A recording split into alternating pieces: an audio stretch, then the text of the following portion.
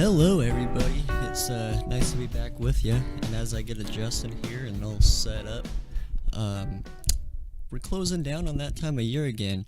And I'm not talking about turkeys and Christmas lights here. I am talking about college football mania in general. And as the college football season winds down, we're going to get to see those rivalry games, major playoff implications between other teams, who's in, who's out of the college football playoffs, and the games that decide the teams to face off in the conference championships, as well as some bowl game predictions as we get past this next week with the win-loss record and see where it's at. And as for the NFL, too, as we tick along to the latter part of the season, we kind of see where the NFL teams are stacking up. Playoff teams, which playoff teams look like, and the playoff teams that are in the hunt that are kind of slipping out or maybe coming up in those power rankings. And also, we're seeing, it happens every year, we're seeing the injury bug strike once again, and Seattle is not exempt from that category. So stay tuned for the Hawk Talk later as I kind of point to those updates I have for y'all. So to start things off, this year's Apple Cup has probably been the biggest and most exciting implications that's been tied to it in recent history, and also in my recent memory. Wazoo actually leads the division with a 7-0 conference record, which is pretty remarkable for him. That's a major accomplishment for really any team. While UW is in second with a 6-1 conference record. Any other conference that might well be good enough to lock up a conference championship game, but the Pac-12, they just seem to kind of just always beat each other, which is good and bad at the same time. But Wazoo has a 8-2 overall record, and UW has a 9-1 overall record.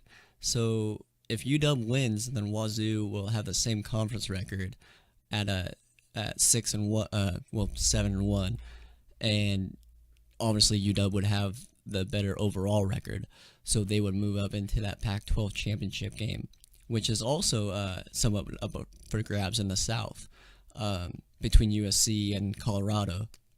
That's kind of a similar situation as well. But USC doesn't really control their own destiny like Colorado or Wazoo or UW does. They all pretty much need a win, and they're in, sort of deal, for that Pac-12 championship. USC, they desperately need Colorado to lose and some help from the committee, which is always very questionable and very ticky-tack. In Colorado, they play Utah, which last week Oregon beat Utah, and USC kind of went on Twitter, was it, or some sort of social media, and kind of boasted and about Utah losing and thanking Oregon, which it definitely helped them, but that might come back to bite them because Utah might not want to play spoiler for USC just because of that. So if the Utes do play spoilers versus Colorado at Folsom Field, USC and Colorado then would have finished with an identical 7-2 record. However, USC would head to Santa Clara for that Pac-12 championship game by virtue of that 21-17 win over Colorado back in like early October, I think. So that would be pretty sweet. I would like to see that. I think UW and USC would be the best Pac-12 championship game, just because UW and the USC matchup earlier in the year, a couple weeks ago actually. I feel like that was a little tease. I feel like UW could have had more, and USC has been kind of finding their identity, and also, I mean, they beat them obviously, and they would just put up a better fight than Colorado would. So I would like to see a USC UW Pac-12 championship. So it looks like here I just got an update from the ESPNU app, and number 5 Washington just, or I should say, Washington just got bumped up to number 5 in the college football bracket rankings. There's an AP ranking that comes about Sunday night or Monday morning, and then there's a college football bracket rankings that come out later on, probably like Tuesday or Wednesday night. And Wisconsin was originally ahead of UW in the AP polls, but it must have been some coaches' polls in the CFB bracket, CFB polls, that got Washington up to number 5. And I don't know. I like that. Wisconsin, they shouldn't have been ahead of UW. They kind of came out of nowhere in the late part of the season, and you can't judge it on the last 5 games or the last 6 games for Wisconsin. UW has been very strong all year, and so I'm actually pretty stoked about that because I want to see UW make it into the playoffs. And to me, this news that says UW is pretty much a lock-in if they win out, I should say, which they can. I mean, upcoming Apple Cup versus Wazoo, and then that Pac-12 championship between either Colorado or USC. I still think they're going to slaughter Wazoo tomorrow night, or tomorrow afternoon, I should say. And I know I should be more subjective, being a newly accepted Wazoo Coug. Go Cougs. I'll have to get used to saying that. But I really want to see a Pac-12 team in the playoffs, and I think UW is our best shot, honestly. And if USC goes to the Pac-12 championship, I believe that UW would likely, they would like the national championship and get their revenge on USC for ruining their perfect season, essentially, because that would be their only loss, and that was kind of a trap game feel to UW. They were very conservative in that game, so that's who I'm rooting for. I'm super excited about this upcoming weekend. The biggest game of the weekend for college football by far has to be the game rivalry. Number 3 Michigan at number 2 Ohio State. I mean, damn, this is gonna be a good game. It's an early game at 9 a.m. Pacific time, so be sure to set your DVRs. You don't want to miss this game. For Ohio State, it's pretty simple. Win and you're in. Even without playing the Big 12 championship game, they're a lock in. The Buckeyes, they have won 4 straight since losing to Penn State about a month ago. And JT Barrett has thrown 7 touchdown passes without any interceptions since then. So I know that doesn't sound like a lot, but it's pretty impressive. 0 interceptions, making smart decisions, running when he needs to. And he also rushed for about 100 yards last week. That's pretty remarkable. It's pretty amazing for him. However, we are going to see if JT Barrett is NFL ready in this game, because Michigan, if I'm right, they've allowed the fewest yards per game in the nation, with only like 245 or 250 yards per game or something like that.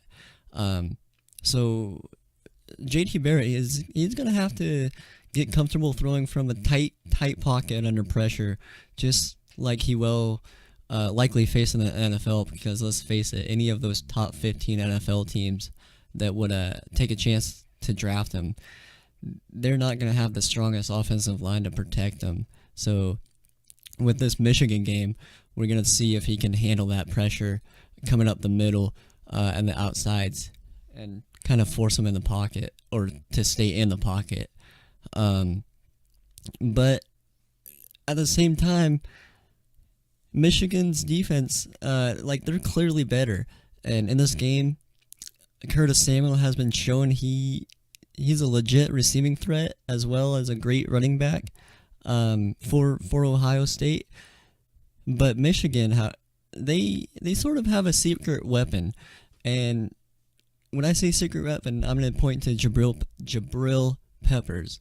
He's made some of the most noise in the recent weeks for the Heisman watch.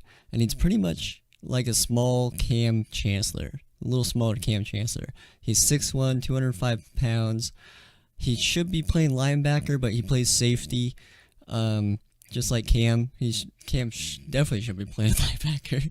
But Jabril Peppers, he's been playing linebacker. He also plays safety. He has, as well, he's played some slot cornerback. He's even played running back. He's a kick returner, punt returner. I think he even threw a couple of passes. I'm not sure about a touchdown pass, but he can play quarterback as well in those wildcat kind of option read sort of plays. So the guy is just an extreme athlete who I think Michigan would be kind of stupid not to put him on Curtis Samuel and kind of spy him and JT Barrett for the most part of the game. So that's definitely a key matchup. I'm really interested to see how Ohio State is going to counter that with some like JT Barrett rollouts and see if like Michigan defensive ends can secure that edge. JT Barrett reminds me of like a Vince Young or Tim Tebow type of guy. I believe he's even leading their team in rushing yards. So as a quarterback and who's got over 2,000 pass yards and I think 1,000 rush yards this season, that's pretty remarkable. He's not afraid to run inside either, which he kind of reminds me like of Vince Young and Tim Tebow. Like I said, they definitely changed the game where they could break outside with their speed. They were just so big and powerful that even linebackers couldn't really match up with them after they got past the defensive line. So, and those comparisons are pretty fair, I feel like, because he's not the most accurate guy downfield, but he has tremendous arm strength like those guys did. And he can really zip it in to some tight windows, like 15 to 20 yards downfield, and really lets his receivers, he really puts his receivers in position to just work from there afterwards. But Michigan's offense is pretty stout as well. They have a nice three-headed monster in their backfield between Davon Smith, who is like rushing 10 TDs and 750 yards or something like that so far, and Chris Evans, who is pretty speedy. He averages about like 7.5 yards per carry as well. Ty Isaac, he's like their cleaner upper. Whenever they need a goal line situation, I've always seen them put him in, and really in like goal line situations where they need 1 or 2 yards or on the goal line. As a matter of fact, they like to use him, and he's still averaging like 5+ yards per carry. So he definitely knows how to fall forward and keep on his feet and keep moving. I also like how Jim Harbaugh doesn't ask his quarterbacks to do too much, since he was a quarterback coach, or a quarterback in college, I should say, and a quarterback coach coming up. Very oriented with his quarterbacks. He knows, he's very in tune to his QBs, and he doesn't ask them to do too much. They're sort of just like game managers, and Harbaugh always keeps them in position to take care of the ball, which Wilton Spates has shown. He's only thrown 4 interceptions all year with about 2,200 passing yards. So that says to me that he knows the situations. He knows his second and shorts and third and shorts, what he needs. He knows the first down markers, and he knows his limits, if anything. He's better than most, which is a pivotal in this playoff type game like this. With all that being said, though, I'm taking Michigan to go into Columbus and upset the Buckeyes. I'm pretty sure defense is going to be the trend of this game, and it's going to be like a low-scoring game.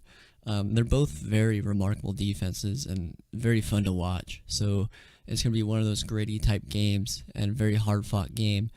So I'm going something like 17-13 Michigan.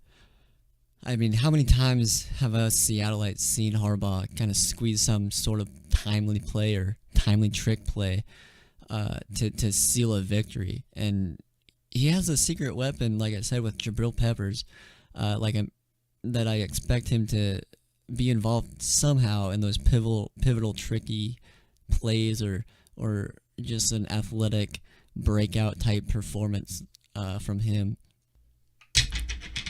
Oh, coaster stuck.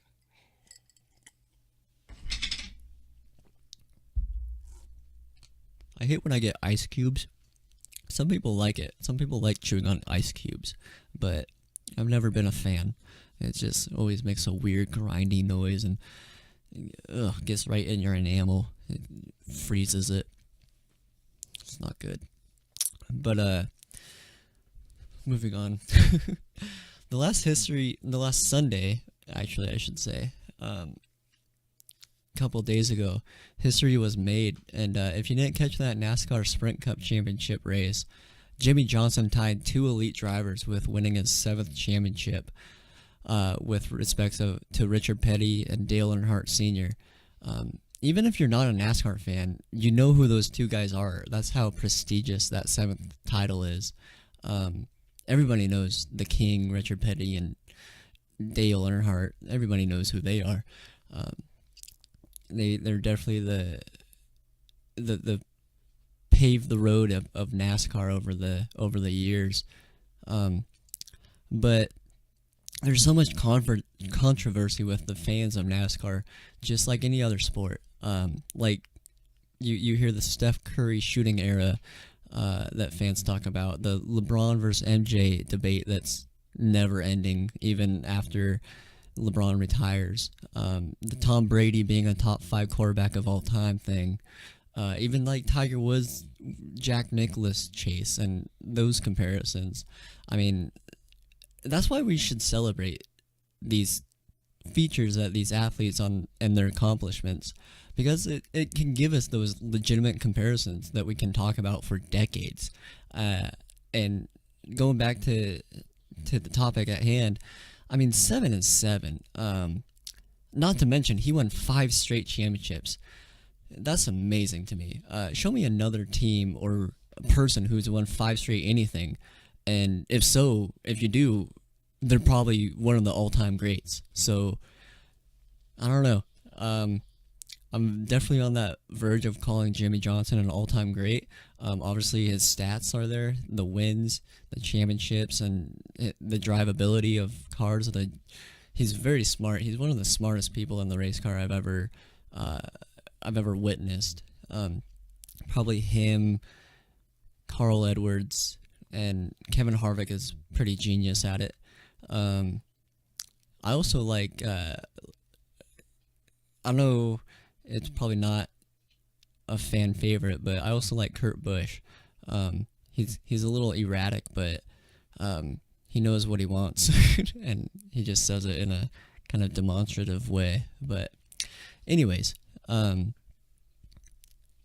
NASCAR field nowadays, like the chase when it started, the format is kind of different, and NASCAR in general has been more competitive over the years, I think, which solidifies Jimmy Johnson's 7th championship and gives him some sort of leniency.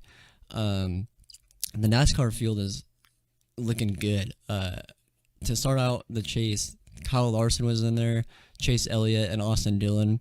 Kyle, he's a second-year driver, and Chase and Austin are rookies. But I mean, Dale and Richard Petty, they weren't racing against these top rookies. The competitive winning rookies at that. And I've said before, like, when, I don't know, I tend to lean on the side of watching history because I just like, I'm one of those guys who think records are supposed to be broken, and when it has a chance to be broken, I like to set aside all the comparisons and just relish in the moment of witnessing the greats do their thing. There's no doubt that Jimmy Johnson is a great driver. It was all encompassed in that last race too, driving. He drove from dead last because he had a pre-race technicality that he got failed on, which it was weird. It was a weird technicality. It was like some visual decal or some visual. Yeah, I guess that was it. That's how silly it was. Richard Petty could have, had the swastika and flown a Confederate flag out the window, blowing in the wind, and he still would have started on the pole. Probably not the swastika, but yeah, you get my point. So Jimmy started 40th and drove all the way up to 15th in like 15 laps or something. So that was pretty amazing. Even the announcers kind of pointed out how remarkable that was. And all throughout the race, he got up to like 10th or so, and he was running 4th out of the championship 4 all throughout the race. And it didn't look like he really had a car to compete with him. But after the sunset, he finally moved up to that top line to try to find some grip. But as I was paying attention very closely to him just to see what adjustments and what pit cycles he was on, after he moved up to that top lane, he was so snappy loose. And I counted a handful of times where like an average person would have probably wrecked or spun out. He was that loose. It was pretty eye-opening to watch and pretty amazing to see his wreck avoidance once again, and his awareness, his car control, and all that was exemplified after missing that gnarly wreck that Carl and Joey caused, the second to last restart. More so Carl Edwards caused, but I think even Carl Edwards knows that. Everybody kind of knows that, but that's a whole nother debate. Then after that wreck and that final restart, where he started on the bottom, which Kyle Larson had the top line still because he was in first at the time of the caution. Kyle Larson was rim riding the whole track all night and dominated. He has a very dominant fast race car, and really looked like he was going to check out like he did the previous restarts. But again, he dominated and didn't come out with the win. And that's been the story of his whole season, kind of.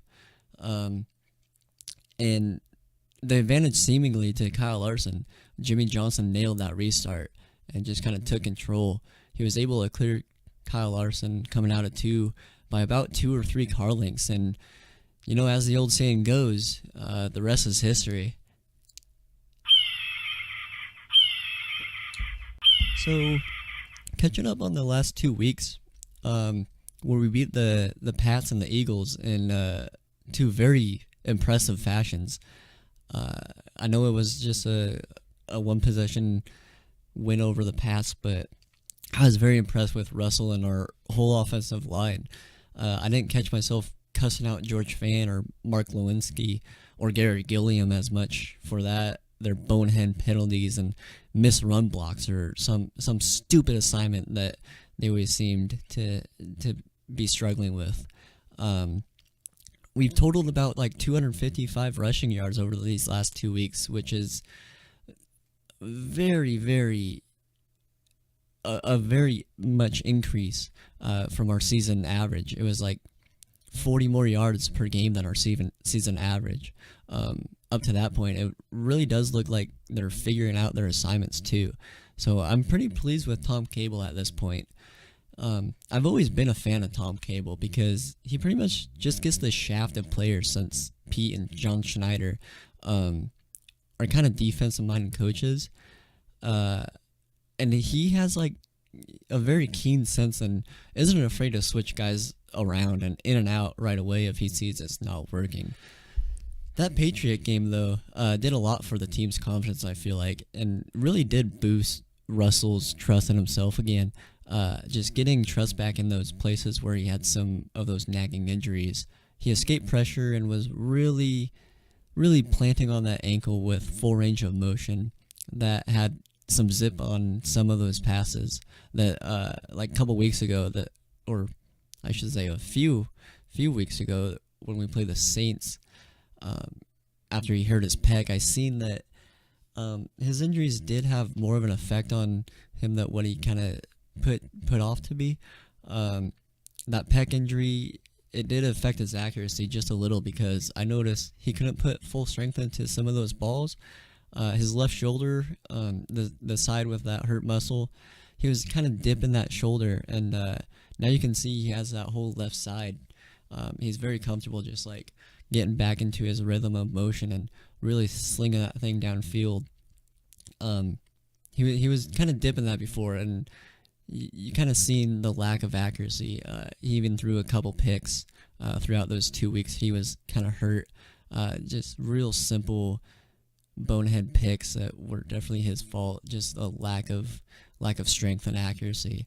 But I mean, I don't even remember him throwing a ball past 20 yards in that Saints game, which was very concerning. I thought that was gonna be an ongoing trend in the next weeks coming up to that, but he regrouped, and now you can see he's just looking healthier, and so does his numbers. I mean, 630 yards and 4 TDs to 0 interceptions in these last couple weeks. That's awesome. So right on. I'm very happy with his health right now. And how about that defensive stop at that goal line to seal our victory? I mean, that was just shades of some role reversal, wasn't it? It's a little ironic to see what happened a couple years ago, and to have that played out in front of us just in the opposite way. I would go into it, but I mean, let's go, Rock. Let's go. Over here. No, come on. Right. Ready. Good shot. Dawson, quick throw.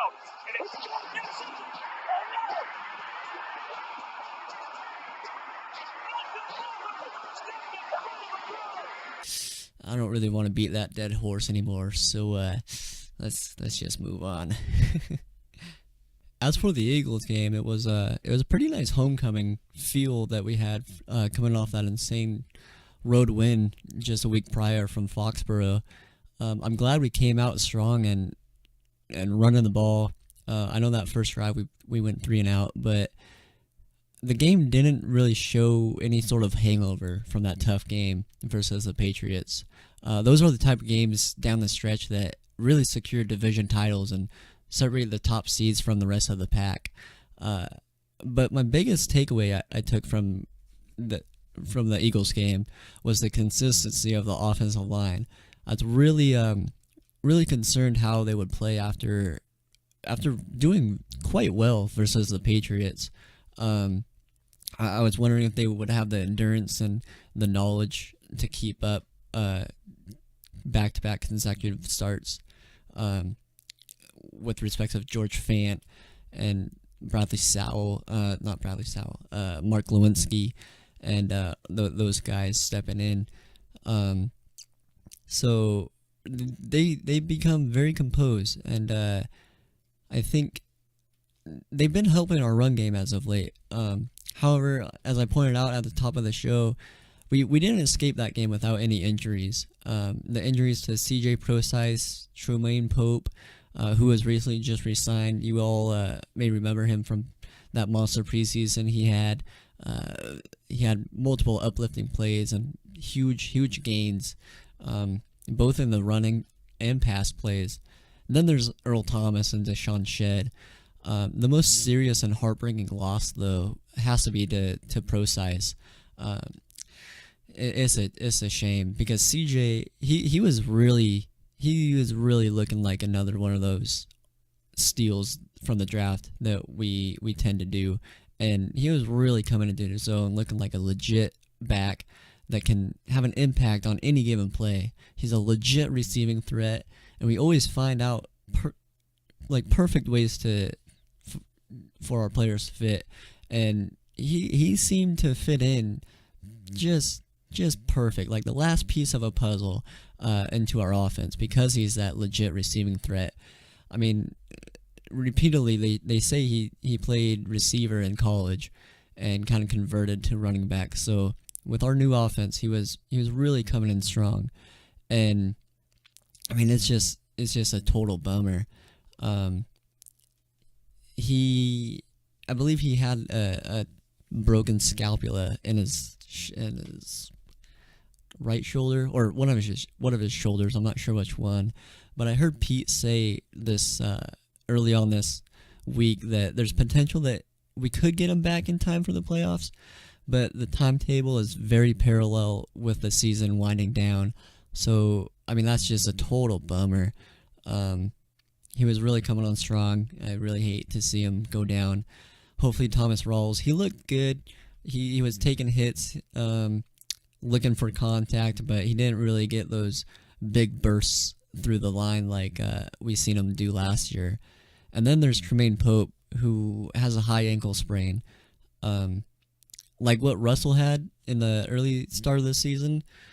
But as like a shifty running back like himself, it kind of hits him a little harder, and really, he could be back by the time the season's over, but he needs a solid few weeks before he's back at full speed. I was really excited for him to see his return, but I guess we'll just have to wait a little longer. Hopefully we'll keep on to him, or keep him, and we'll see. As for the biggest question mark too, arguably the most important piece of our defense, Earl Thomas, he couldn't even avoid the injury bug. You all may have seen how he pulled up on that one deep route, pulled up grabbing for his hamstring, and it's never a good sign because it's such a prominent ligament. Like, that's all there is back there, so it can only be one thing. But on a positive note, like all of you, I kind of held my breath and really was shocked to see Earl grabbing his hamstring and out for the rest of the game. But it is only a grade 1 sprain, which Deshaun Shedd also has a grade 1 sprain of the hamstring, which is usually like a 10 to 14 day timetable. But if I were like the training staff, I would definitely err on the side of rest and caution for both of those guys, and just really wait until they're 100, even 110%, because you just need to make sure they're ready to go, because for their positions, there's a lot of torque and full out sprints that go on all throughout the game, and the play style that ET plays with, he most certainly needs to be cautious and wait until he's fully healthy to be trying to be back to that same play style. You don't really want to see him re-aggravated and go into the playoffs banged up or anything. But I feel like that's easier said than done. It's like trying to keep a Ferrari at town speed or something. You got to let those horses gallop, you know. But fortunately for the Hawks, the next two opponents, or three opponents really, are 500 or below teams, and they're not playing very well throughout the season, going onto the road to Tampa Bay, and then at home versus the Panthers, and then again at Green Bay. But those two that I just named, they might still have some bad blood lingering, but they both are different teams, and both teams that we can exploit and get it limp out of there with a win, I feel like. So also, we should expect to see Michael Bennett back either this week or next week.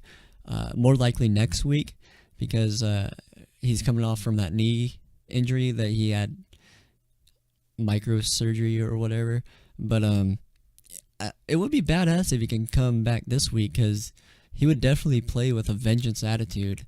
The main reason why we were able to sign him back in 2012 free agency was because Tampa Bay wasn't willing to re-sign him. And honestly, it was just out of pure negligence for them just not to re-sign him. They kind of put their eggs in the basket of Gerald McCoy coming back healthy, and kind of push Michael Bennett to the side. But looking into that whole Greg Schiano saga with him and Bennett was a little fortuitous for us, but you know, that's a whole nother story. And from what I've seen, after Earl got hurt, I have faith in Steven Terrell. I think he will play well, and I have a seamless transition for the time being. So I'm very optimistic in both positions. I expect them to move Jeremy Lane out, which he showed he can do in recent past, and in that Super Bowl a couple years ago. He's definitely got the body type and the speed to be able to keep up with some fast receivers. And then as well, bringing like Kelsey McRae in, he can be that fourth linebacker, playing the slot. So, or vice versa even.